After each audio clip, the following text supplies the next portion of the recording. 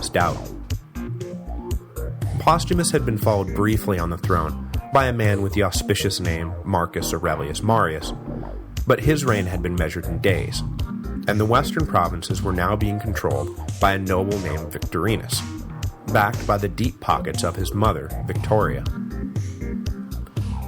Only, the western provinces Victorinus controlled were not the same as the western provinces that Postumus had controlled.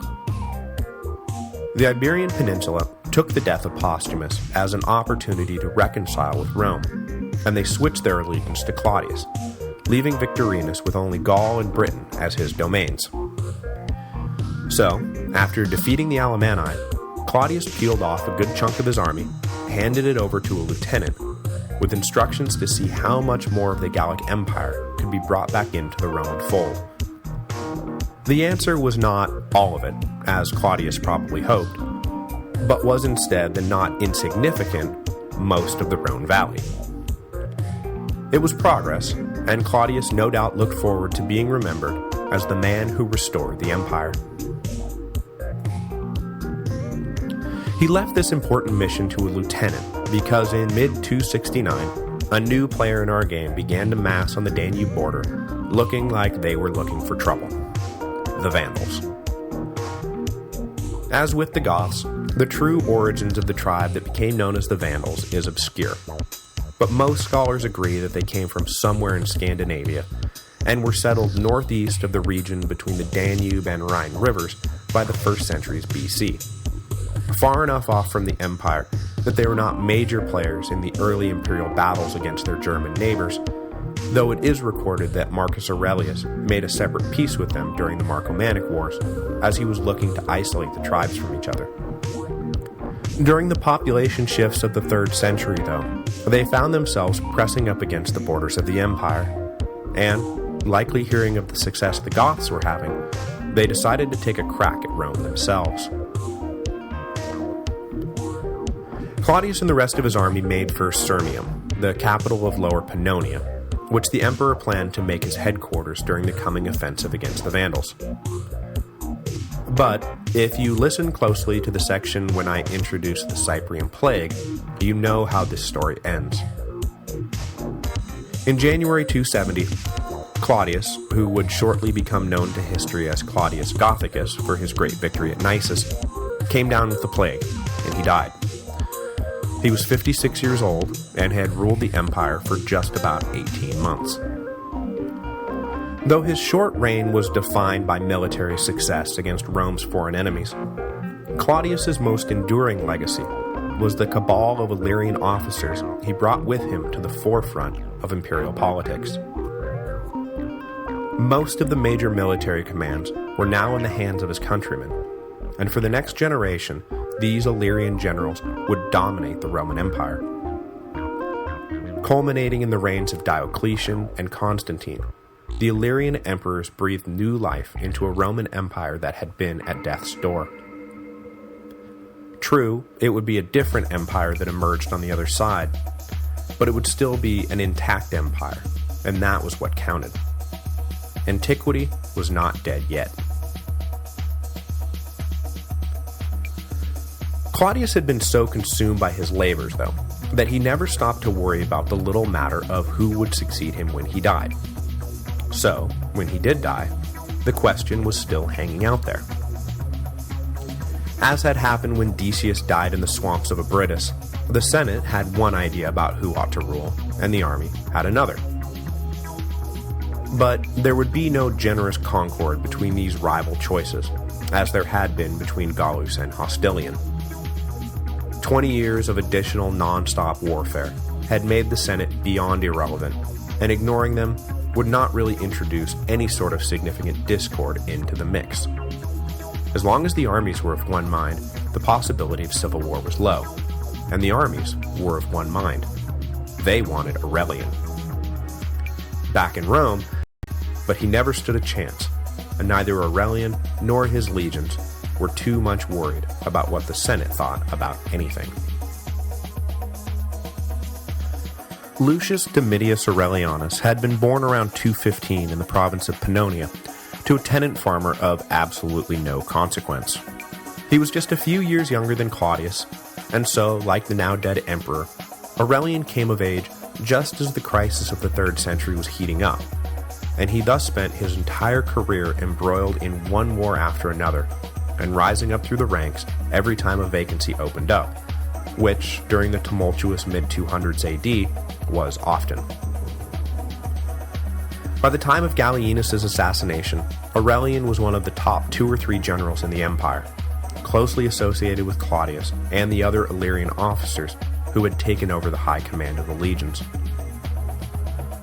Known by the nickname Hand on Hilt, or Sword in Hand, Aurelian was known for being tough, humorless, disciplined, and focused.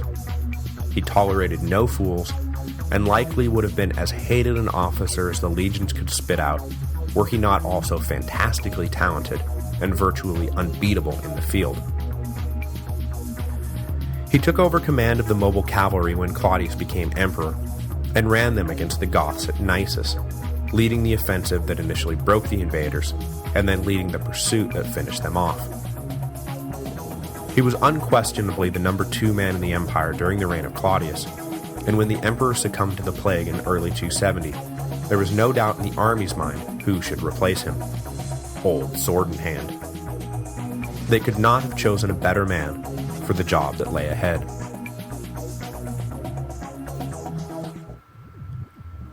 When Aurelian assumed the purple in 270, the empire was not only still divided from itself, but in the east, Zenobia was making moves that signaled she had no intention of ever being brought back into the Roman fold.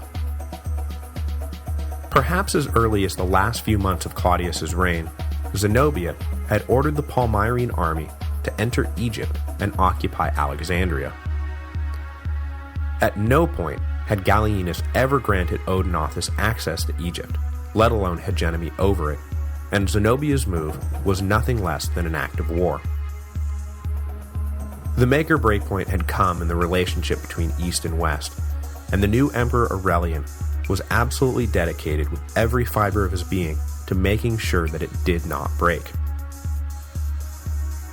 Next week, Old Sword in Hand will begin his remarkable 5-year run on the throne, during which, step by step and day by day, he will refuse the bonds that held the empire together. The golden age of Rome was long dead. This was an age of iron, and Aurelian was a man of iron.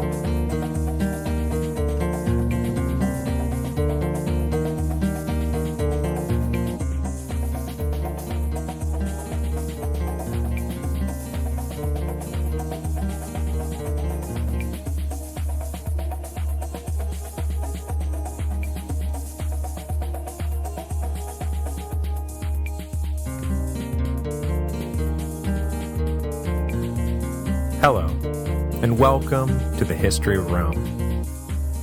Episode 117, Aurelian's Walls. During the big-time question blowout that was the 100th episode of the History of Rome, I listed my top 5 emperors as being Augustus, Diocletian, Trajan, Constantine, and Hadrian. This is a pretty conventional list, and apart from ordering and maybe subbing in Marcus Aurelius for someone, it's not going to cause much controversy. But one assumption that I made when putting the list together was that we were talking about career value rather than peak value. An obvious similarity between all the guys in my top 5 is that they each ruled for a long time. Trajan put in the shortest service time of the 5, and he still ruled for more than 19 years. You can make a big impact when you have 20 or more years to work with, and so it should come as no surprise that my greatest emperors are also some of the longest serving emperors. But that's true as long as we're talking about greatest in terms of career value. See, when we sit around and debate who was the greatest pitcher of all time, or who was the greatest goalie of all time, or who was the greatest golfer of all time, we always need to make sure that everyone is on the same page. Are we talking about career value, or are we talking about peak value? That is, are we talking about the guy who did the most, scored the most, blocked the most, won the most of all time, or the guy who, at his peak, in his prime, was simply the best of the best. Maybe his career was cut short by injury, or he hit a wall when he turned 30 or whatever, but for a while, he was unhittable, undefendable, and unstoppable. Being the baseball fan that I am, I know the patron saint of peak value as Dodger pitcher Sandy Koufax. You will not see his name on the lists of most strikeouts all time, or most wins all time, or most innings of all time, but he put together 5 of the most dominant seasons that anyone has ever seen in the history of baseball. From 1962 to 1966, Sandy Koufax was the left hand of God, and his single-season statistics during this period are absolutely mind-boggling.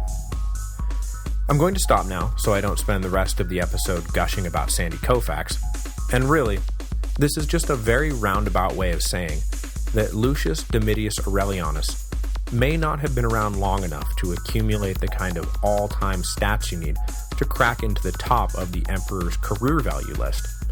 But from 270 to 275, oh man, he was peak value defined. If you sometimes have trouble remembering which emperor was which during the 3rd century and what happened during whose reign, just remember that Aurelian is the Sandy Koufax of Roman emperors. The rest, hopefully, should fall into place. Aurelian was in and doing advanced work for the coming campaign against the Vandals when Claudius died of the Cyprian plague in 270 AD. It did not take long for the officers of the imperial army to track down the dead emperor's second-in-command and offer him supreme authority over the legions, and, by extension, the empire.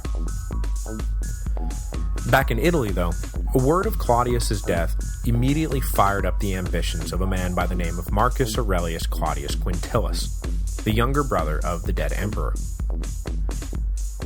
Despite their frequent protests to the contrary, the Romans were as much enamored with blood ties as anyone else, and as he took over the role of paterfamilias from his brother, Quintillus had an eye on taking over the role of emperor as well.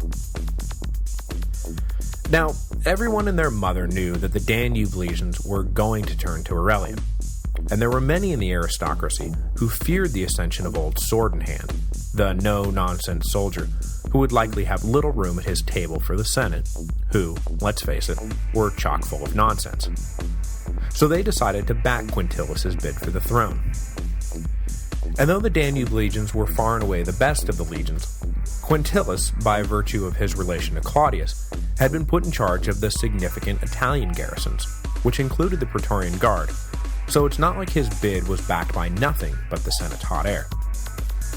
Unfortunately for Quintillus, though, the Danube legions really were the best of the best, and they made his Italian army look like it was, well, made of little more than hot air. Aurelian accepted the acclamation of the legions, and upon becoming emperor, well, one claimant anyway, his first move was to turn the armies around and march them back to Italy to establish his authority over the home province. It was not an auspicious beginning to his reign, as he fell into the same trap that so many other 3rd century emperors had fallen into, leading the legions away from the frontier to consolidate power, right at the moment when they were needed on the borders to consolidate victory. Claudius had put his foot into the backsides of both the Alemanni and the Goths, and a concentrated push against the remaining northern tribes might re-establish Roman power for a generation or more. With Claudius dead, though, that all now appeared to be in jeopardy.